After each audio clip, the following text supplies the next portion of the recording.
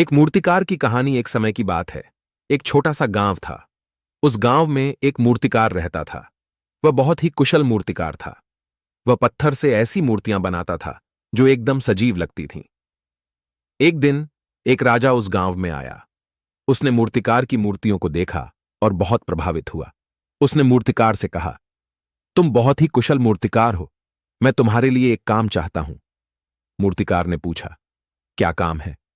राजा ने कहा, मैं चाहता हूं कि तुम मेरे लिए एक ऐसी मूर्ति बनाओ जो मेरे पिता की हो।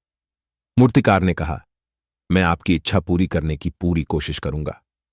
मूर्तिकार ने राजा के पिता की एक मूर्ति बनाने का काम शुरू किया। वह कई दिनों तक कड़ी मेहनत करता रहा।